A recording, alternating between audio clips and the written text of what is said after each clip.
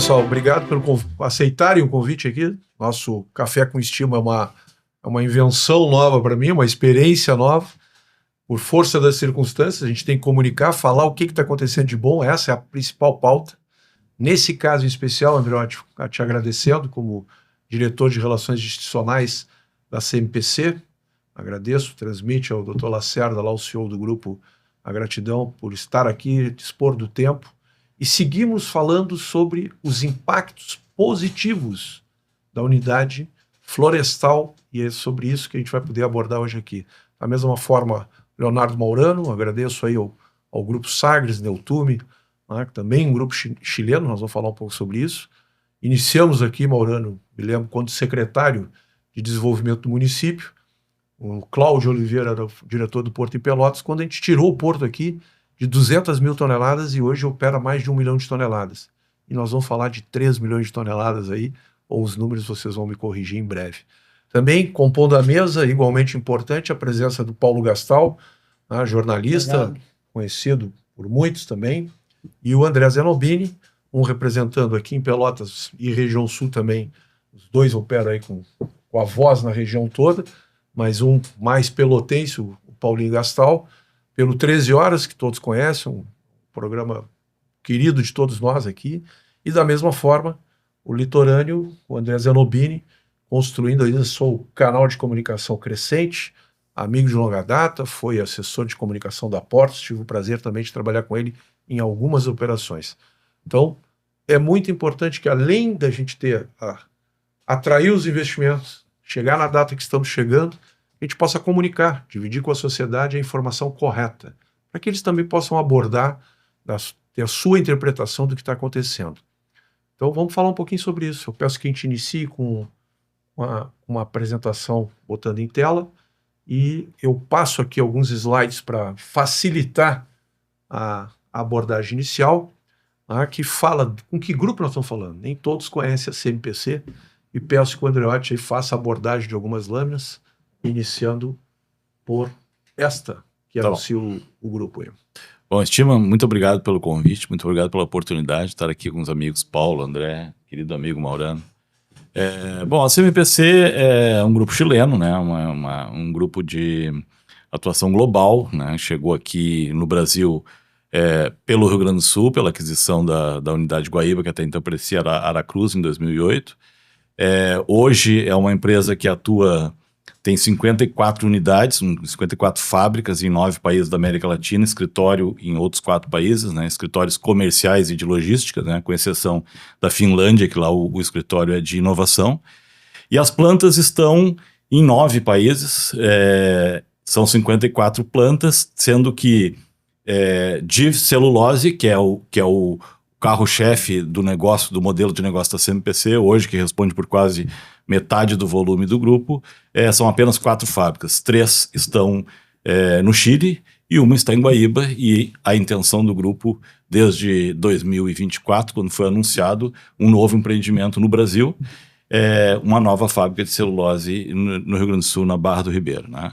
Hoje o grupo emprega em torno de 25 mil pessoas no mundo, né, nessas 54 unidades.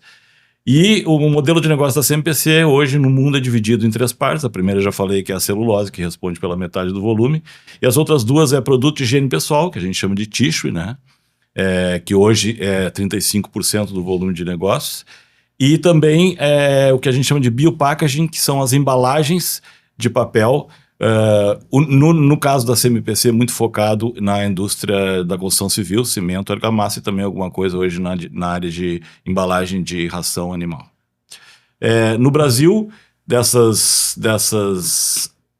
54 plantas, a de celulose no Rio Grande do Sul, tem 3 plantas de biopackaging, 2 no Paraná e uma em Santa Catarina, e outras 7 unidades de produto de higiene pessoal, que no Brasil, como eu já falei, responde pela Holding Softs, né, em 5 estados brasileiros. Então, me permite uma parte, porque às vezes eu acho que a gente fica num ambiente inevitavelmente mais técnico, e quem está em casa não entende, né, o tamanho e a dimensão dessa produção, né? É só imaginar que todo guardanapo, todo papel higiênico, todas as fraldas, toda a caixinha de papelão que você recebe em casa, depende de que alguém fabrique. E é um processo de um ciclo, né, de sucesso, onde você cuida da floresta que te oferece a matéria-prima, é reflorestamento controlado, bem conduzido, só para dar esse destaque enquanto a gente aborda o restante aqui. E vocês fiquem à vontade para ir questionando aí também. Bom, a fábrica de celulose de Guaíba, né, hoje, ela é abastecida por madeira, por plantios, né, florestais, no nosso caso, única e exclusivamente eucalipto, em 75 municípios do Rio Grande do Sul. Quase todos eles na metade sul, né, do eixo da BR-290 para baixo. Hoje nós temos aí, dentro da fábrica, hoje, 2.000 trabalhadores, né, 1.200, 1.300 diretamente da CMPC, com crachá CMPC, outros 800 prestadores de serviço permanente na unidade. No entanto, como toda a nossa operação florestal é terceirizada, desde a produção de mudas até o caminhão que entrega a madeira na empresa é terceirizado, o número de prestadores de serviço é mais que o dobro, né? E aí o que aparece aquele número 45 mil ali, estima? Nós encomendamos um estudo para a PUC, para a área de pós-graduação de desenvolvimento econômico da PUC, e eles desenvolveram para nós um número que a gente há muito tempo vinha buscando, que era o quanto... Indiretos. Não, assim, ó, o quanto a cadeia de empregos da CMPC tem na multiplicação da geração de outros empregos, né? Então, eles chegaram a um número de 6, 7 por trabalhador da CMPC, que aí nós estamos falando principalmente no interior, que são as questões da hotel, restaurante, oficina, posto de gasolina, tudo isso gera entre 6 e 7 frentes de trabalho para cada emprego gerado, que dá aquele número de 45 mil ali. Imagina isso, a gente vai chegar nesses números aí, o quanto é impactante. Eu tenho uma tese que todo negócio importa, Sim. do grande ao pequeno.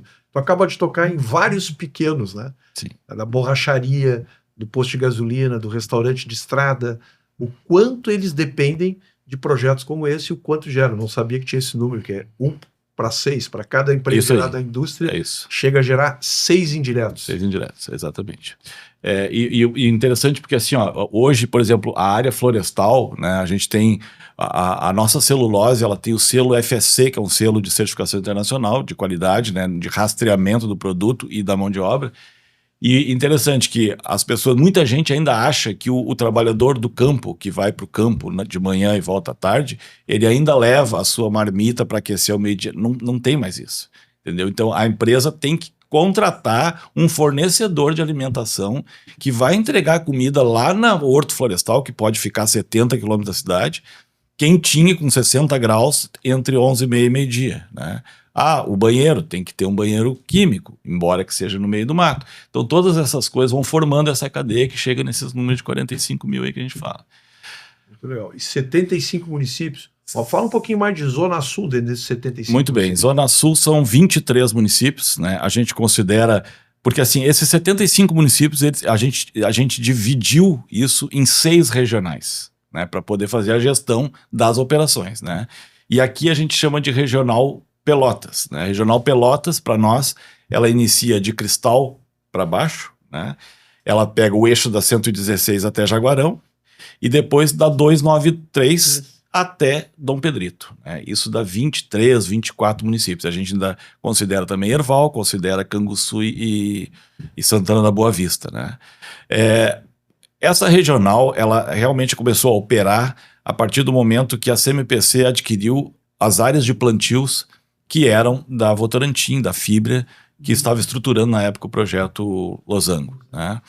E são 100 mil hectares, destes 100 mil hoje está em torno de 45, 50 de efetivo plantio, né, que é esse número que aparece aqui, ó, porque hoje nós temos 560 mil hectares totais, mas de efetivo plantio em cima desta área só de 60% só, né? Porque os outros 40% que aqui dá 265 mil no estado inteiro. Cabe um outro destaque aí, né? Que eu tenho falado que para mim foi uma surpresa positiva.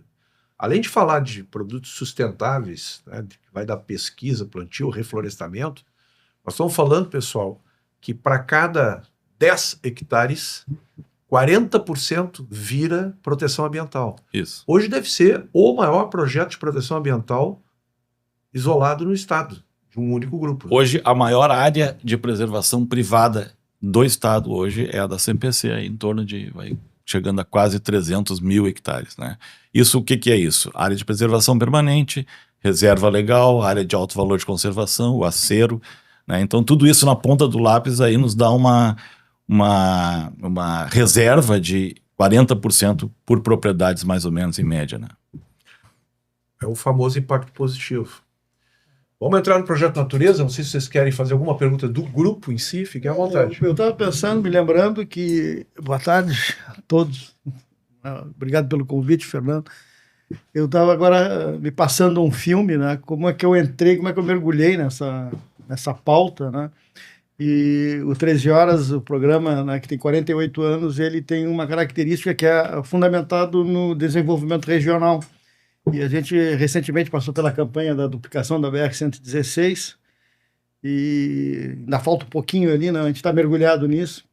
Mas eu me recordo, então, quando foi falado aqui do projeto Losango, que a gente viu a apresentação e viu alguns números, e eu disse para o Cleiton, estamos diante de uma coisa que realmente é revolucionária para a região, porque se falava sempre nos seminários de desenvolvimento da região e tal, e não se tinha uma pauta específica para onde se caminhar. Temos que trazer indústria, temos que... E aí, olha, vai ter uma vertente. Depois aconteceu o que aconteceu, assume a Votorantim, e eu me lembro num evento lá no Palácio Piratini com o governador Tarso Genro, quando a CMPC entrega o projeto da alça, que ela bancou, né, do acesso ao Porto de Pelotas, 1,5 milhão o projeto, uma coisa assim, e eu reforcei para o Cleiton, te lembras que eu te falei lá da Votorantim? Agora a sucedânea estamos diante da sucessora do projeto, e que isso aí não tem hoje um gráfico ascendente onde a gente imagina que vai chegar. E a gente está vendo aí onde chegou e aonde pode chegar com o projeto que a gente está, digamos, batendo aqui, que é o Natureza, né? Então, conheço o Guaíba 2, lá do tempo, falei do Walter Lídio, esmiuçamos já com aquela turma toda. O projeto do acesso ao Porto de Pelotas ali, com asfaltamento da vai aparecer via, aqui enfim, também. né? Então, me é muito familiar. E eu estou gostando muito de ver, porque foi uma pauta que nós mergulhamos e ela é hoje um dos principais pontos econômicos do Rio Grande do Sul, se não o maior ponto econômico hoje para o governo do estado em arrecadação, empregos e tudo. E eu recomendo a leitura de um livro que foi feito pela Associação Rural, que são as atas em comemoração aos 100 anos tá, de Pelotas. Nós vemos agora 214. E como teve enfrentamento. E lá, que havia tentativa de boicote, havia tentativa há 114 anos atrás, tem um capítulo escrito dizendo o seguinte: a zona rural não está explorando o ativo como deveria dos produtos florestais. Vamos para o dia de hoje? Vamos seguir aqui. Agora sim, Projeto Natureza. Fiquem à vontade aqui agora. Em seguida vai entrar o Maurano mais em cena aqui para falar da logística. O Projeto Natureza, a CMPC, o Conselho de Administração da CMPC veio do Chile em maio de 2024 para fazer o anúncio, então, de um novo empreendimento, né, no Brasil, especificamente no município de Barra do Ribeiro. E chamou o Projeto de Natureza porque ele não é única e exclusivamente um complexo industrial. Ele é formado de 4 pilares, né? Um destes pilares tem muito a ver com Pelotas e Rio Grande, que é essa infraestrutura logística. Nós temos construção que a gente chama de obras antecipadas, por exemplo, o acesso da BR-116 até o interior da fazenda, são 24 quilômetros, será asfaltado pela CMPC. O DAER já tem até a denominação da nova estrada, se chama RS 710, porque a 709 é a que liga a Barra por dentro na cidade. A construção de um porto dentro da fazenda, né, ainda com saída ainda no braço do Rio Guaíba, a alça de acesso aqui para o acesso a Pelotas, a ampliação do Porto de Pelotas e a obra do Porto de Rio Grande. Isso tudo está dentro deste conceito de infraestrutura logística. Silvicultura sustentável. Hoje, a base florestal que nós tínhamos, ela abastece tranquilamente a fábrica de Guaíba, porém, ela não tem capacidade de abastecer uma nova planta. Então, se estruturou um programa chamado RS Mais Renda, porque a CMPC, por ser empresa multinacional, ela não pode mais adquirir áreas próprias no Brasil. Então, nos restou fazer parcerias com pequenos, médios e grandes produtores, né, para que eles possam diversificar o uso da propriedade e fazer parte do complexo do mundo de celulose e papel dentro da silvicultura. A conservação ambiental e cultural, que é o outro tripé, a Fazenda Barba Negra, ela tem 10.400 hectares. 2.400 hectares da fazenda, ou seja, toda a orla da fazenda, seja para o lado da Lagoa, seja para o lado do Guaíba, ela é uma RPPN, uma Reserva Particular de Patrimônio Natural. Nestes locais, nós só temos direito a duas coisas nesses locais. Uma é fazer um programa de educação ambiental para visitação de escolas e a outra é pesquisa, né, considerando a biodiversidade imensa que tem na fazenda, de fauna e de flora. E o cultural é porque a fazenda tem um casarão de arquitetura portuguesa do século XVIII, né, que tem várias passagens da Revolução Farroupilha neste casarão. Né, um casarão, o porão dele foi senzala, tem muitas histórias e tal. E a gente quer restaurar esse casarão, que hoje ele está meio depredado lá degradado pela ação da natureza, e a gente vai recuperar isso aí para compor esses 4 pedestais aí do projeto Natureza. Esses são os números, né? Hoje a gente fala aí em 24, 25, 26, 27, dependendo da variação do dólar, né? Do investimento. Só deixando claro, 24, 25 bilhões de dólares. Quando os números se tornam grandes demais, a gente perde a referência, né? Até pouco tempo atrás, um dos projetos que infelizmente não rodou, por isso que a gente tem que continuar batalhando para os que rodam, o maior investimento seria a termoelétrica em Rio Grande, 6 bi. Nós estamos falando de 25, 26. 26, 27, enfim. O pico da obra, né? A obra tem previsão para iniciar no início de 2027, né? Terraplanagem, as chamadas obras antecipadas. O pico da obra, que vai ser entre final de 27 e começo de 28, a gente deve ter aí 12 mil empregos, 12 mil pessoas trabalhando dentro do canteiro. Quando a gente fala 12 mil, é porque vão passar pelo canteiro de obras mais de 45 mil CPF, certamente, né? A gente teve essa experiência com Guaíba 2, que tu acabou de citar ali. Hoje a fábrica de Guaíba, lembra que eu falei para vocês, a fábrica de Guaíba hoje tem 2 mil pessoas dentro da unidade, a fábrica da Barra vai ser um pouquinho mais enxuta. Aqui eu falei ali em 4.700 trabalhadores nas operações florestais, a fábrica da Barra deve ter 3.500 a mais de adicional, né? Esse é o número de viagens de barcaça, depois o Maurano pode falar um pouquinho melhor sobre isso, né? E a gente tem uma licença aí para até 3 milhões de toneladas de celulose. A fábrica de Guaíba hoje produz 2.400, né, em média. Essa é uma imagem 3D, né, de como a fábrica deve ser, né, a melhor tecnologia possível disponível no mercado. Sempre, cada fábrica de celulose que nasce, ela tem que nascer com esse conceito da mais alta tecnologia, senão ela não se sustenta, né? Vocês podem ver que hoje, se vocês olharem a fábrica, uma foto igual a essa da fábrica de Guaíba, vocês vão ver uma área muito maior ocupada, aqui ela está muito mais enxuta, as fábricas hoje são muito mais verticalizadas, né? E aqui um pouco daquilo que eu falei, daquele pilar ali de desenvolvimento cultural e ecológico, né? A gente tem hoje, esse é o casarão que eu falei para vocês. Hoje, todos as 1.200 fazendas que a CMPC tem nesses 75 municípios, ela é abastecida com plantios, as mudas saem de um único lugar, que é esse aqui, que é o Horto Florestal Barba Negra, onde a gente tem um viveiro aí com capacidade de 30 milhões de mudas ano, né, especializado em muda de eucalipto. E a gente tem também, dentro da fazenda, a gente cede para um acampamento de pescadores, porque ali é a fusão do Rio Guaíba com a Lagoa dos Patos. Os pescadores, uma colônia de pesca nos pediu, a gente cede ali para eles, dentro de um padrão de qualidade, que eles têm que manter aquele acampamento em função do FSC, né? E aí a nossa...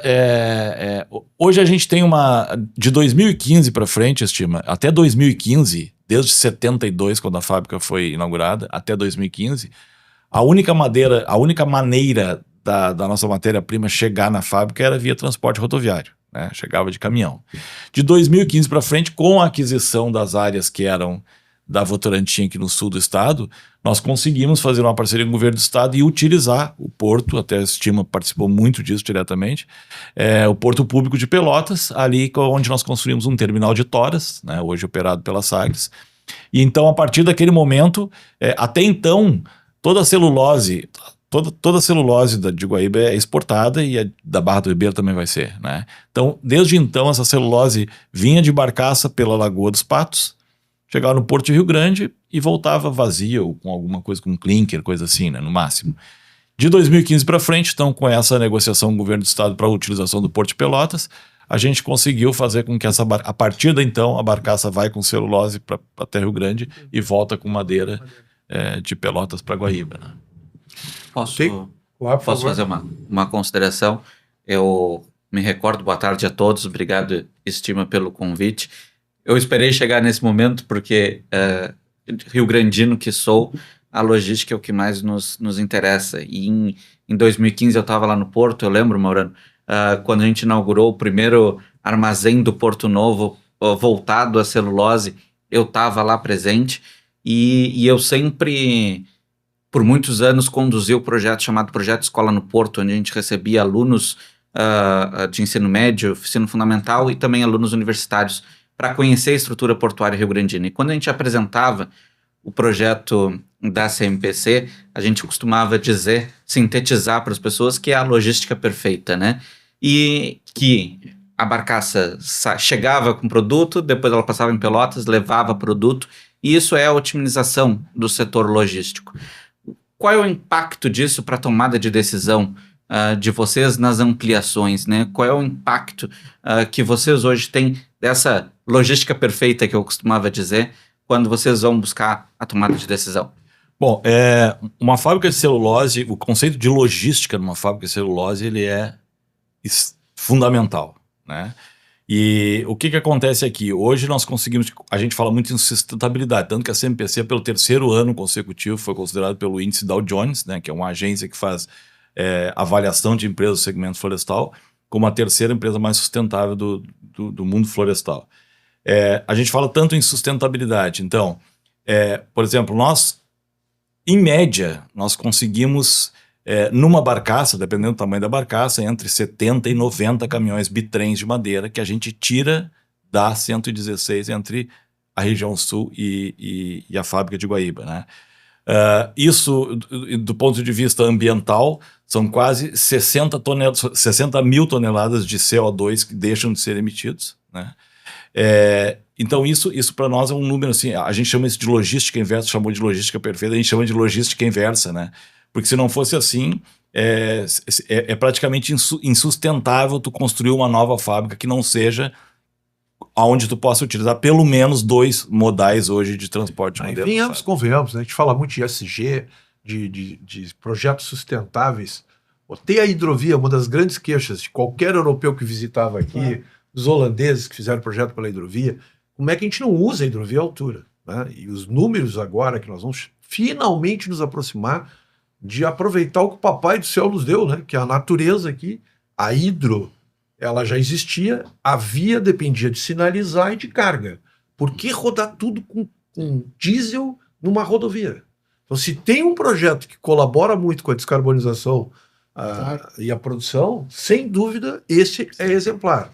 Alguns percalços estão acontecendo, vão ser superados, e eu acho que a gente vai ter, já tem um case nacional e internacional. O terminal de vocês em Guaíba é o único que eu conheço na América do Sul todo coberto. Nós estamos tirando de Pelotas quantas carretas de bitrem da estrada por dia? Em torno de quase entre 80 e 90 carretas. 80, 90 carretas que vêm a Pelotas, tem 100 mil transtorno, tem, Sim, mas descarrega aqui a madeira e leva essa madeira, isso tudo estaria na rodovia na 116. Então, dando um pouco de direito ao Maurano, mas dizendo que esse é um projeto que nos entusiasma. Primeiro, porque a gente teve, desde o início aqui, em Pelotas, apoiando, aprendendo, com muita humildade, mas acertamos quando dissemos para o governador, no primeiro semestre foi a primeira viagem internacional. O governador vai lá, porque aquela história que a gente sabe que a região sul pode muito mais, não vem me dizer que não pode muito mais, mas tem que transformar produto em projeto, e projeto tem que ser vendido. E é o que a gente fez lá. Fomos lá na CMPC, no Chile, dizer, cara, terra, a questão hídrica, questão de logística, eu acho que nós temos uma condição de superar tudo isso junto.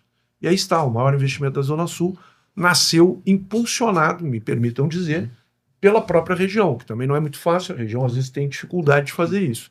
Mas vamos escutar um pouco da logística aí com vocês, tá? Abordando aqui, talvez o primeiro terminal. Se tu me permitir, eu queria voltar ao outro slide. Que Eu acho que peço tem para a produção aqui voltar, que eu só tenho direito de avançar, não tenho Não direito tem de jeito de voltar. voltar. Aí. É meio a vida do sem cara. retorno. Primeiro, boa tarde, Fernando, boa tarde, meu amigo Daniel, boa tarde, Paulo, boa tarde, André. Eu acho que é um privilégio estar aqui com vocês, atendendo o teu convite, Fernando. Acho que não é irrecusável um convite teu, colocando assim. Acho que tens. E aqui eu fiz questão de voltar esse slide, porque eu acho que foi um trabalho que tu desenvolveu também, quando tu estava na prefeitura aqui de Pelotas, porque esse case do Porto de Pelotas, ele é base para o que a gente vai ter hoje. Mas o Porto de Pelotas era um porto base que não tinha operações. Era um porto que estava... O porto público estava desativado, completamente desativado. Tinha umas operações no terminal de clinker, que era aquilo que a gente falava em torno de 200 mil toneladas. E aí se fez todo um projeto, se desenvolveu, na época tu era secretário de desenvolvimento, trabalhamos a CMPC, a Sagres, trabalhamos em conjunto nesse projeto, e hoje a gente retoma uma operação comercial em escala no Porto de Pelotas. Estamos falando de uma movimentação de 1 milhão de toneladas de madeira. Estamos falando de geração de emprego, geração de renda, mas mais do que isso, também nós estamos falando da transformação naquele espaço do Porto de Pelotas num espaço cultural. Porque junto com a operação, junto com o incremento e junto com o avanço econômico, a gente também teve a possibilidade de trazer para cá uma associação como a Outro Porto, que é patrocinada pela CMPC e pela Sagres, que desenvolve um projeto social importantíssimo com a comunidade do entorno do porto, ou seja, conseguimos ter em Pelotas hoje talvez um exemplo perfeito de uma cadeia portuária e dos benefícios que isso traz, não só para a operação, não só para a economia, mas também para a sociedade. E quando a gente começa a olhar esse número, e quando a gente olha o número total do investimento, que são 27 bilhões de reais, o investimento total da nova fábrica da CMPC no Rio Grande do Sul, que é o maior investimento da história do Estado, e dito pelo próprio presidente da República, talvez o maior empreendimento em curso no Brasil, tá? Então, da importância que é esse investimento para o Estado do Rio Grande do Sul. Nós estamos falando desses 27 bilhões, 2,7 bilhões serão investidos em projetos portuários. Desses 2,7 bilhões, nós estamos falando do investimento em Pelotas, especificamente em torno de 400 milhões, que é na reestruturação do terminal hoje, o uso do porto público e a reestruturação do terminal privado para que ele possa atender essa demanda. Nós não estamos falando em... Eu vou ir passando conforme, porque estás abordando aqui, né? Esse é outro benefício que eu queria que tu abordasse. Então, nós estamos falando em mais do que dobrar a operação no Porto de Pelotas, nós estamos falando em triplicar a operação que existe de Torres de Madeira hoje no Porto de Pelotas. Dentro desse projeto também vem associado um estudo que já foi desenvolvido no passado, que o Gastão colocou, né? Que é do acesso para o terminal, para a operação de troncos, ou seja... Aí, eu sei que vocês estão fazendo corretamente uma atualização desse projeto com a prefeitura, com a parceria com a prefeitura. Claro. Outra coisa que eu acho que é claro, independente da campanha de A ou de B, tá? Esse é um projeto que passa para todos os partidos. Ninguém tem discussão do quanto isso é positivo para todo mundo. E existe um acesso evidente em Guaíba, só que não é viaduto ali. Para a chegada da fábrica Guaíba... Estrada de 24 quilômetros para acessar. E esse aqui vai corrigir, acredito que o estudo está sendo incrementado, porque pós-enchente é uma baita oportunidade de corrigir os problemas de alagamento aqui, né? Também a equipe de engenharia está trabalhando com um reforço na estrutura hoje do dique existente, ou seja, além de ter um acesso exclusivo, de tirar esse trânsito hoje que a gente já tem de toras de madeira, que ele é altamente controlado, a CMPC possui um sistema de controle, os caminhões não chegam juntos, eles chegam separados para não gerar impacto na comunidade. Além de nós tirar o volume de caminhões que tem hoje, nós vamos agregar todo um volume novo que vai ser feito exatamente por essa. Vamos imaginar uma via expressa para acessar o porto. Tá? Isso vai dar mais tranquilidade na operação, mas isso vai incrementar em muito a operação. Então, como eu falava, estamos falando aí de ter uma movimentação de mais do que triplicar a quantidade de metros cúbicos hoje de madeira que a gente opera em Pelotas, agregando tanto o terminal arrendado que tem hoje, mantendo a operação do porto público, mas incrementando consideravelmente a operação no terminal privado, transformando hoje o terminal de uma operação hoje que se tem de clinker numa operação 100% dedicada para a movimentação de toras de madeira. Eu gosto muito de números que cheguem na população, né? Vou repetir aqui. Estou falando hoje é 80 caminhões, né? Mais ou menos. Estou falando de 80 caminhoneiros, estou falando de oportunidade concreta de emprego e renda, que para mim é a única solução social. A independência das pessoas depende de oportunidades. O que a gente tem que gerar é a oportunidade, que é o difícil. E aqui vocês vão triplicar. Tu tá falando Nós estamos falando em caminhões, por exemplo, nós estamos falando de tirar 240 caminhões do fluxo da estrada. Até por isso tiveram que fazer o acesso novo para não... Exatamente. Nós estamos falando também em mais do que dobrar a quantidade de pessoas que a gente tem dedicada nessa operação do porto hoje. Porque eu tenho aqui operadores de máquina, eu tenho caminhoneiros do puxo interno de dentro do porto, eu tenho assistentes, auxiliares, ou seja, equipe administrativa.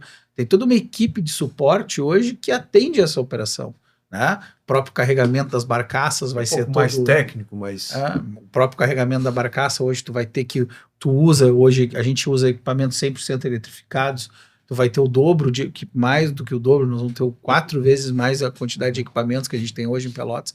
Então tudo isso vai incrementar a economia, vai incrementar o Porto de Pelotas e vai fazer com que efetivamente a gente tire o melhor da hidrovia que a gente tem, né? Antes de ir para Rio Grande, alguma pergunta de Pelotas, Paulo? Não, é uma curiosidade só para o Daniel. Como é que é feita a colheita da madeira? Como é?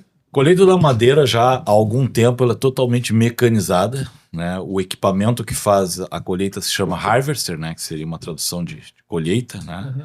É um equipamento que ela é muito similar a uma pá carregadeira, só que na ponta, em vez de uma concha, ela tem um cabeçote. Né? Se desloca junto na fazenda que está... É isso aí, a gente chama um módulo de colheita, vai o módulo inteiro, né? Então, é um equipamento que faz, ela corta a madeira, ela descasca e desfolha. Então, tudo isso fica no campo, fica na fazenda porque isso tudo é orgânico, né? Produto orgânico. Então, para a fábrica vai só a tora, né? Mas entre essa colheita e o caminhão que vai transportar, tem um outro equipamento chamado forwarder, que é o que faz o baldeio, porque nem sempre onde a máquina está colhendo, o caminhão consegue chegar. Sim. Né? O caminhão ele tem uma estrada dentro da fazenda que ele não pode sair muito daquilo ali. E ainda tem o carregamento, né? Que faz parte, tudo isso faz parte da parte de colheita, baldeio, carregamento e transporte, né? E atrás disso vem a silvicultura, até a árvore Certo. tá no alto, né? Ela preparo de solo, pesquisa, combate à formiga, o plantio, essa parte Faz parte de toda essa logística que a gente está falando, isso, porque quando vai se planejar essa colheita, tem que ir toda uma gama de equipamentos. É isso aí, né? E isso pode durar 3 meses, dependendo do tamanho da floresta, pode durar 3, 6 meses, até 1 ano, né? Deixa eu só fazer uma observação aqui para mostrar ainda o quanto a região sul, do ponto de vista de transporte, para nós, ela é mais benéfica. Hoje a gente tem, por exemplo, a hidrovia da Lagoa dos Patos, né? E por aqui, 20% hoje da madeira que abastece a fábrica de Guaíba vai por barcaça, né? 80% continua chegando via transporte rodoviário porque é o eixo da 290. Que é uma estrada hoje muito complicada, né? Então, do ponto de vista de segurança, pela ironia do destino, a estrada que hoje é duplicada, que tu acabava de falar aqui no começo, né? A estrada que hoje é duplicada, a gente praticamente não usa ela no transporte de madeira. E a 290 que não é. Por mais que pareça conflitante, esse é o movimento necessário para duplicar, né? É isso. Se também não tem movimento, não justifica o investimento. É isso mesmo. Uma coisa puxa a outra. Agora indo um pouquinho para Rio Grande, Maurano, nos conta aí, terminal Rio Grande. Eu posso falar da parte que me competiu lá, que é o estaleiro, que já não estava produzindo mais há 5 anos, a gente retomou a área para dar oportunidade de atrair um novo investimento. Não tivemos nenhuma dúvida de que o projeto de ter um super terminal aí de celulose, que vai ser exemplar para o Brasil, né? Nessa área, que é uma área nobre, ela vai ser muito bem-vinda com a geração de emprego e renda. Estava degradado. Quando a gente fala do projeto de Rio Grande, nós estamos falando de uma área que ficou abandonada por mais de uma década, né? E, logicamente, que essa área sofreu com esse abandono, né? Então, apesar dela ter estruturas que foram modernizadas, elas foram desativadas com o tempo. Então, hoje, quando a gente imagina no processo novo e esse trabalho que a gente vem desenvolvendo aí há 7 anos, é exatamente nisso, é recuperar essa estrutura que existe hoje. Então, Se fez todo um trabalho junto ao governo do estado, junto à Portos RS, Fernando teve a oportunidade de estar lá como administrador e depois como gerente de desenvolvimento, onde a gente conseguiu construir, junto com o governo do estado e o governo federal, a melhor alternativa para a ocupação daquela área. Então, a gente apresentou um projeto que envolve a estruturação de berços destinados para a operação de barcaças, ou seja, a mesma tecnologia que a gente tem hoje em Guaíba, que sou tranquilo em dizer que não conheço terminal no mundo que tem a tecnologia que tem hoje em Guaíba, onde a gente consegue operar com qualquer tempo, completamente eletrificado e com processos de qualificação e automação fantásticos. Para quem está em casa, Coberto. é o único local. Você entra com uma barcaça numa área totalmente coberta e é carregado 24 horas por dia. Exatamente. Então, vamos dizer, a gente vai construir, falando de forma mais simples, uma garagem para a barcaça, onde Perfeito. ela vai entrar, né, e ela vai ser completamente descarregada, né? Então, hoje no terminal vai ter a construção de 2 berços para a barcaça, porque vai ser um berço para atender a fábrica de Guaíba e um berço para atender a fábrica de Barra do Ribeiro. Com isso, toda a carga ela vai ser recebida nesse AWT e ela vai passar por uma ponte de acesso completamente fechada que interliga o berço de barcaça até o terminal. Para quê? Para que a gente tenha operação com qualquer tempo e para que a gente não seja impactado por uma intempérie. Então, não comprometendo assim o ciclo tanto da fábrica de Guaíba quanto da fábrica de Barra do Ribeiro. Além disso, tem 2 berços lá no local, mas um berço é de 1915 e o outro berço foi construído em 2012, se eu não me engano, mas com uma vocação completamente distinta, que era uma vocação da indústria naval. Então, esses 2 berços vão ser completamente remodelados. Eu vou fazer uma confissão hoje aqui, que vai ao ar depois, né? A gente fez uma negociação pela Portos porque esse terminal é muito relevante, essa área é muito relevante. Achávamos até que seria mais dura a negociação, mas eu quero de público aqui agradecer a sensibilidade do grupo compreender, porque no momento que vocês pegaram essa ponta e há uma necessidade de aprofundamento, nós pedimos um investimento e beira aos 150 milhões, 140 e poucos milhões corrigidos aí, para aprofundar o canal, para atender os berços públicos. Não era uma obrigação dos senhores, mas houve a percepção de, já que nós vamos entrar, estamos dentro de um processo de um porto, e a gente pode fazer um investimento que atende à nossa necessidade, mas que criaria até um certo constrangimento ali, não atender aos demais. A CMPC também aceitou o desafio de fazer um investimento de 150 milhões que permite que o resto do cais público não envelheça, porque a profundidade dos maiores navios necessitam de calados apropriados para a gente ganhar os fretes internacionais. Hein? Bom, às vezes quando a gente fala, tem 7 anos para um projeto desse sair do lugar, né? Tem um pouco disso, né? Que são essas concertações que a gente precisa fazer ao longo da estruturação desse projeto. Porque, querendo ou não, hoje a celulose é uma carga representativa no Porto Público de Rio Grande. Ela representa 40% da movimentação. De que forma nós vamos sair do porto? Dentro do estado, ela mexe com o PIB.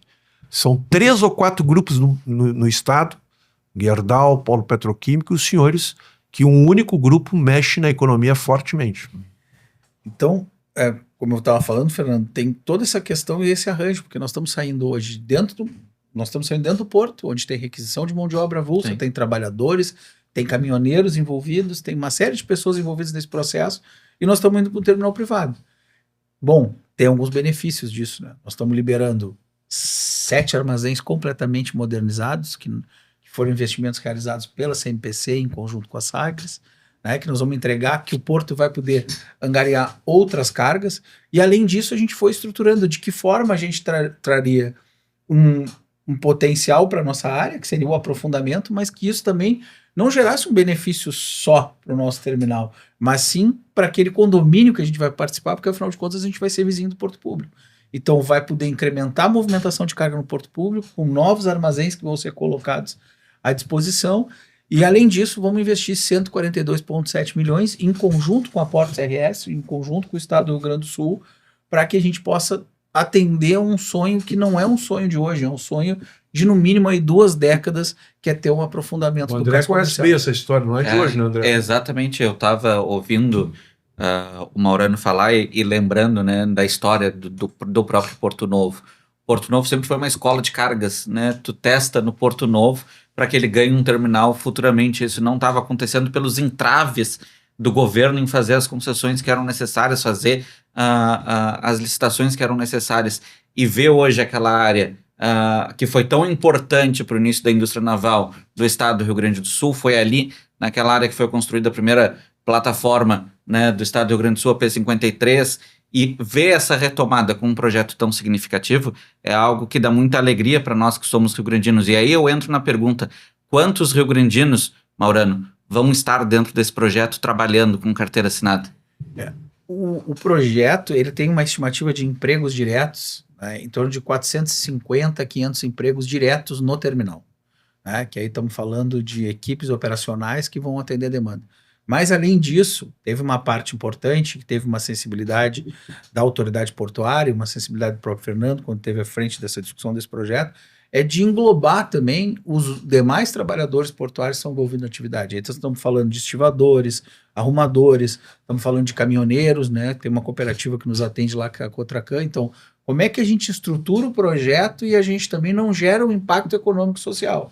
Não é porque a gente trabalhou a vida inteira do outro lado da cerca, que agora que a gente está vindo para esse lado de cada cerca, virando um terminal, que nós não vamos trabalhar com essas pessoas. Então, nós estamos falando entre empregados diretos do terminal e empregados da Sagres, que vai ser a operadora do terminal, nós estamos falando em torno de 450, 500 pessoas. Além disso, nós estamos falando de mais de 2.200 terceiros diretamente impactados, que são os caminhoneiros que trabalham no processo, que são os estivadores que trabalham a bordo do navio, que são os arrumadores que fazem o trabalho de capatazia, que é enganchar a carga no costado do navio. Então, só nessa estrutura, a gente está falando de envolver quase 2.700 pessoas nesse escopo que o Daniel bem colocou, né? De tudo que abrange o projeto. Esse terminal ele vai ter o desembarcador das barcaças e também o do transbordo para os navios. Exatamente. Porque, como tu falaste, são 7 armazéns onde estão aqueles, né, os 7 pacotaços de celular, que estão bem na beira ali. Esses vão Como é que vai ser esse transbordo no terminal? Hoje nós estamos desocupando 7 armazéns do Porto Público, que a gente vai deixar em excelente estado de conservação para que a autoridade portuária possa buscar outras cargas. E nós vamos construir um armazém, um mega armazém de 60 mil metros quadrados. Ou seja, é mais do que o dobro da capacidade hoje. Exatamente, vai ser dentro do próprio terminal hoje. Para quem está em Pelotas e conhece a Fena Doce, são 3 ou 4 pavilhões da Fena Doce. É quase isso, exatamente. Então a gente vai construir uma estrutura que vai ter capacidade para receber mais de 220 mil toneladas de celulose de capacidade seca, né? Tem que ser uma área estática. Então vai ser um armazém moderno, né? Com capacidade para empilhadeiras. Outro ponto importantíssimo desse terminal, laranja ali. Que é o laranja, exatamente. Outro ponto importantíssimo sobre o terminal é que todos os equipamentos que vão trabalhar nesse terminal serão eletrificados.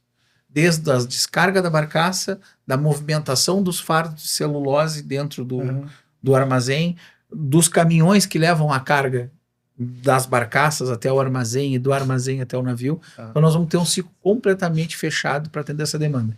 Nós estamos planejando movimentar algo de mais de 4,3 milhões de toneladas de celulose, ou seja, mais do que o dobro do que a gente movimenta hoje no Porto Público, né? Essa carga de celulose e a carga de madeira vai incrementar ainda mais o uso das hidrovias gaúchas. Essa carga, o volume de operação vai passar de 60% a 70% de toda a movimentação da hidrovia. Hoje é 44%? A gente estima que chega a 70% do volume total da hidrovia vai estar concentrado nas Isso viabiliza a hidrovia, porque esse era um dos grandes desafios. Uma coisa é você ter um canal de acesso que tem seus 20 quilômetros e cuidar daquilo, dragar, sinalizar, cuidar das licenças, monitorar. A outra é monitorar 250 quilômetros. Né? Então, se você não tem volume de carga, que é o que vocês estão trazendo, fica difícil fazer a manutenção. Então, eu preciso encaminhar aqui um pouquinho para as perguntas mais finais, mas te dou o direito aqui de concluir a parte da logística e as perguntas pode ser uma oportunidade acho que de terminar. Só importante, assim, acho que mais um ponto para concluir, nós estamos falando de 1,5 bilhões de investimento na cidade de Rio Grande. Né? É um investimento importante, né? Mas se a gente pegar todos os investimentos que a gente tem previstos para Rio Grande hoje, que tem relação portuária, aqui é um investimento importante, mas ele gera um efeito não só... Além disso, rapidinho, são mais de 1.200 empregos gerados durante a fase de obra. Terminal aqui são mais 400, 500 milhões em Pelotas. Exatamente. Então nós estamos falando 2,7 no todo. E aí nós estamos falando do que vai gerar de benefício na construção, ou seja, vai ser empregos, né? E o compromisso local, aqui é um ponto importante, né? Em Rio Grande, o terminal ele tem 2 acionistas, é a CMPC e a Newton Ports, que é uma empresa que faz parte, que a Sagres faz parte desse grupo Newton. É o compromisso de ambas as empresas com o conteúdo local, ou seja... Eis aqui a minha pergunta. Vão se buscar empresas... Eu vou reforçar, Claro. já que tu tocou, pergunto aos dois. Quando nós trabalhamos aqui, foi um projeto muito menor, nós conseguimos desenvolver o que a gente chamou de todas essas obras, como é que a gente pode fazer um evento, já fico aqui reforçando um convite que eu fiz para o Dr. Lacerda, obviamente é um projeto que impacta muito Barra do Ribeiro, portanto a Fiergs e outras federações do estado estão de olho, mas a Zona Sul também está de olho. Nós precisamos que esses projetos, né, que a gente tenha a oportunidade de apresentar às empresas locais e regionais que possam dizer o seguinte, dentro de um volume de competitividade, de qualidade, como é que a gente pode priorizar o chamado, popularmente, conteúdo local. Como é que está isso, Maurano? E também aproveitando para os dois e olhando um pouquinho o cronograma. Olha, essas obras nos terminais portuários devem iniciar quando? E quando é que pode iniciar uma discussão? Porque está uma ansiedade aqui, confesso, quanto mais a gente fala do projeto de vocês, quando é que a gente vai poder conversar com esse povo? Com quem vai ser a interlocução? Isso eu sei que está por acontecer, mas aproveito para reforçar uma demanda local aí. Eu posso falar, por exemplo, do que a gente está planejando para o terminal de Rio Grande, que não é muito diferente do planejamento que a CMPC faz em outras obras. Nós estamos elegendo nesse momento, nós estamos na fase de eleição, né, de escolha de uma empresa, né, que vai ser a EPCista, ela que vai ser responsável pela obra do terminal, e aí é uma empresa que vai nos prestar todas as garantias para nos entregar o nosso produto final. Então nós vamos comprar dessa empresa um terminal, a construção de um terminal, e é isso que essa empresa vai fazer. Logicamente que essa empresa não vai trazer 1.200 pessoas de fora de Rio Grande, ela vai buscar pessoas locais. De que forma ela vai fazer isso? Ou com a contratação direta, ou com a contratação de outras empresas que trabalham em Rio Grande e que já estão situadas em Rio Grande. Então, quanto mais capacidade a gente tiver em Rio Grande, melhor vai ser o custo que a gente vai ter na construção. Então, assim, a gente já fez algumas rodadas de conversa, principalmente com o Sinduscom, aí falando um pouco de Rio Grande, apresentando o projeto e dizendo, ó, no momento oportuno, quando a gente tiver a EPCista contratada e definida com a empresa, essa empresa vai trazer a equipe dela para Rio Grande e, sem dúvida nenhuma, vai fazer essas rodadas de negócio com os empreendedores locais. E é da mesma forma como a CMPC trabalhou no projeto de Guaíba, vai trabalhar no projeto de Barra do Ribeiro, ou seja, quanto maior o conteúdo local, além de ser importante para gerar a economia do Estado, mas é importante também para nos gerar uma economia na nossa cadeia de suprimentos, para que a gente tenha um custo menor na execução das obras, dos terminais, da fábrica, enfim. Então esse talvez seja um dos grandes pontos do projeto, é a gente buscar, e isso está em contrato com essa empresa que a gente está fazendo, buscar essa mão de obra local e buscar as empresas locais que já têm capacidade instalada, que já têm os trabalhadores, que já têm o treinamento, para que não vire um ciclo de trazer um monte de gente fora para fazer uma obra, se a gente pode aproveitar a mão de obra local. Em relação à mão de obra do terminal, falando assim um pouco, logicamente a gente já tem um trabalho hoje que a gente desenvolve com o CCMAR, com o Centro de Convívio do Meninos do Mar, onde a gente tem um curso, que esse curso ensina a gente patrocina o CCMAR e a gente ainda dá esse curso de como a pessoa ingressar para fazer o desenvolvimento do seu trabalho na operação portuária.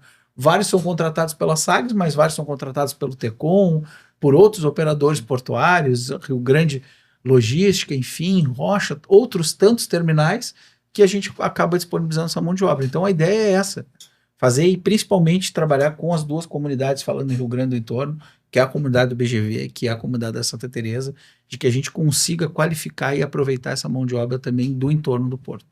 Isso é um indutor de simpatia, que eu chamo. Isso aconteceu muito aqui no projeto Porto de Pelotas, que tinha que fazer o asfaltamento e havia uma certa ressalva, porque os caminhões vão andar dentro da cidade e tal. E nós fizemos isso muito bem lá no 13 Horas, de mostrar que tecnicamente era possível se fazer uma alteração na rota dos caminhões, no trânsito, e que não iria impactar. E aí apresentamos o projeto lá para o CMPC, o Dr. Walter Lied, e fizemos uma parceria no programa da Rádio Universidade 13 para mostrar para as pessoas que a empresa vinha para trazer um novo modal, e ia induzir simpatia. E teve um Dia das Mães que os caminhoneiros entregavam rosas, assim, as pessoas aplaudindo os caminhões. Quer dizer, uma coisa que começou com um certo receio, terminou com pessoas do entorno trabalhando ali no terminal de Toras e a comunidade vendo aqui. E hoje não basta mais atender os impactos econômicos nem sociais. Tem que haver O social hoje é muito forte, né? Não é só os econômicos nem os ambientais. Tem que haver essa... O Walter Lied, já que vocês citaram ele criou uma expressão para isso chamada licença social. Isso mesmo. Que ele diz, essa licença não está escrita em lugar nenhum, não é emitida por Exatamente. nenhum órgão, né? É aquela parceria que tu tem com o morador, né? Aquela aproximação que tu tem com a comunidade diretamente Exatamente. impactada pela operação. Perfeito. Senhores, mais perguntas? Eu preciso ir encaminhando aqui. Não, eu só queria trazer um ponto, Fernando, que eu acho que tu trouxe na tua fala, que é o da ansiedade das pessoas. E lá em Rio Grande, o maurano que vive a cidade diariamente sabe, as pessoas elas estão ansiosas, né, e elas ficam preocupadas, assim. Então, na verdade, o meu pedido para os senhores, né, nesse momento, é de trazer uma fala de garantia para as pessoas, de que, mesmo que demore um pouco, talvez mais do que a nossa vontade de fazer as coisas acontecerem, de que os projetos estão andando e que as coisas vão acontecer na realidade. Porque esse é o grande medo do rio-grandino, Fernando, depois de alguns projetos que, infelizmente, não avançaram, né? De que a gente fale e depois, no fim, acabe não acontecendo nada. O trauma pós-polo naval está permanente. Exatamente. Então, esse é meu pedido de fala para vocês.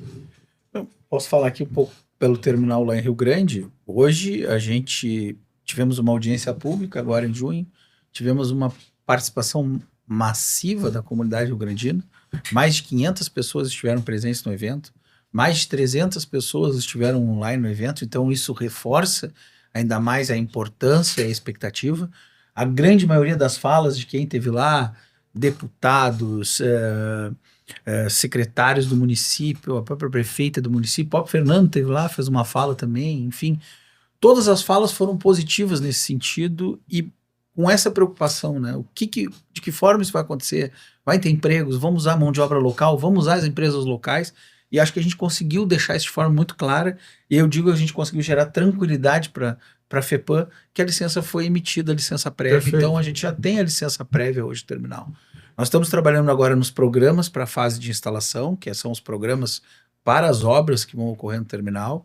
A nossa expectativa é que em setembro a gente consiga ter a licença de instalação em mãos. Com a licença de instalação em mãos, nós vamos começar pequenas obras, né, que são, vamos dizer assim, obras preliminares.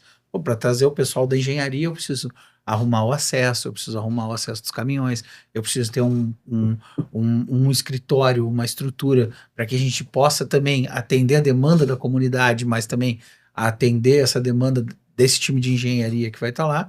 E a expectativa que a gente tem é que a gente comece os serviços de limpeza da área, porque tem um serviço grande aí de limpeza, terraplanagem, enfim, que a gente vai ter que fazer naquela estrutura, e isso deva ocorrer aí a partir de janeiro. Estamos falando de o início da obra efetivamente iniciar aí em meados do ano que vem, onde a gente vai ter um volume maior de pessoas contratadas para a execução da obra.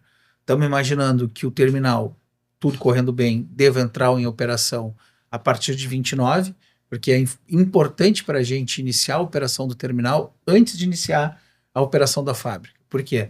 Porque a gente vai transferindo aos poucos o volume que a gente opera hoje no Porto Público, vai ensaiando o terminal, ele vai iniciando um processo e a gente vai fazendo, vamos dizer assim, treinando aquela estrutura de como ela vai se comportar para aí sim, que a gente tem expectativa em meados de 2029, a gente ter o volume da fábrica nova e tal, o terminal operando a pleno. Só um segundo, quero fazer uma última participação, que eu Precisa ser o último. acompanhei a audiência essa que te referes, online, e o importante foi sempre manter o tecnicismo, porque em alguns momentos houve a participação da classe política, de uma certa maneira, com um discurso mais revanchistas, em posições que foram tomadas até pela PGE, Procuradoria-Geral da Ministério Público Federal.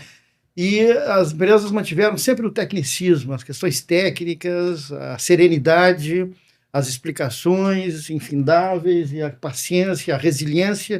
Isso acho que foi super importante, muito decisivo mostrar aquilo que estava sendo feito, né, que já tinha um passado aqui no Rio Grande do Sul com alta qualidade de preservação ambiental, e mostrando que o projeto era factível, que era técnico, que era absolutamente absorvido pela sociedade, e a sociedade abraçou. Quer dizer, então, acho que mantendo essa serenidade como vocês mantiveram foi assim, fundamental e decisivo. A técnica em detrimento da paixão, do passionalismo. Da ideologia. Exatamente. Perfeito. Muito bem levantado, até porque é papel dos órgãos. Exatamente. Alguns estranham demasiadamente, claro, sempre que há exageros de qualquer lado, não cai bem. Mas é papel do Ministério Público observar, funcionar como ouvidoria.